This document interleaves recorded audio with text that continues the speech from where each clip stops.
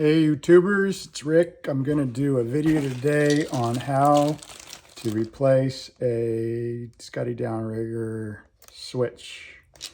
I don't know what I'm doing. I've never done it before, but it probably is doable, and I thought I'd do a video since I couldn't find one.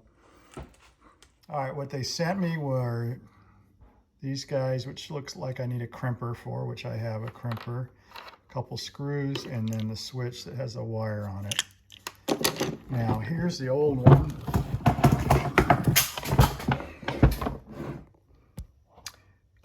Those screws that are there, those two of them, that looks like what holds it on there, so it looks pretty straightforward to take those off. And then that wire kind of snakes around and goes, let's see, you can barely see it there, but it goes up into that case, and somehow I'll find the end of that wire, and so it looks pretty straightforward. All right, the nuts came off easy enough, 3/8 inch.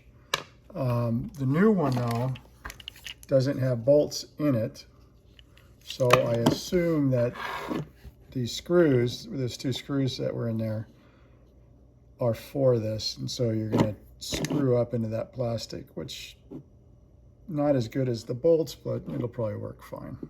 All right, I opened up the top of the downrigger, and you can't see where this wire goes, so I'm assuming it's inside of this thing.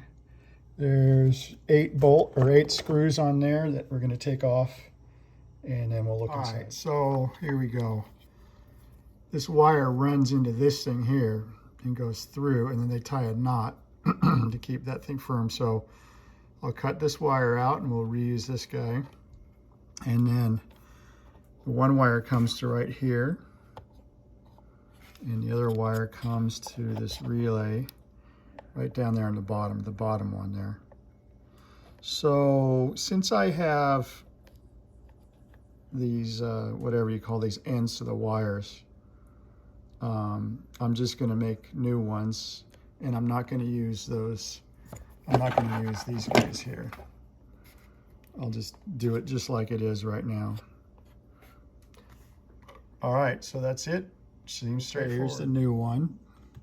The knot's tied. There's the wire. There's the old one. Now, the only thing that's not obvious to me is whether it matters which wire you hook up to which one. There's no indication on these two about which one is which, unless you guys know what's, that copper means one thing and the aluminum means another. I don't know, but I'm just going to hook it up randomly for now, and hopefully it'll work. Okay, it's back together. That wire's in there. There's one at the bottom of this relay, the red thing there. Back together. The little rubber thing that holds the wire in is right there. And so now all you gotta do is just screw the other piece on. The screws are in. The wire is here, zip tied obviously. There's a little hole that you can zip tie. The only thing I'll tell you guys on this is that those screws were kind of hard to screw into the plastic for the first time.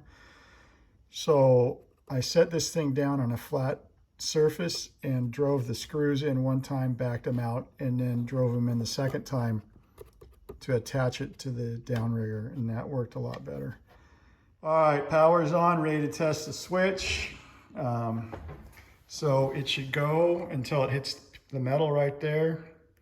I have a really long stubber, which is not right, but I accidentally bought that. So anyway, so we're going to turn the switch on and see what happens. And it worked. So anyway, I think that's it for the video. I'm not sure which way those wires go, whether it matters which way they go. I suspect it doesn't. Either I got lucky or it doesn't matter. But pretty easy to do the switch install. All right, as a bonus, here's the boat that the downrigger goes on. It's like a 78 Bellboy. I'm not sure exactly on the year.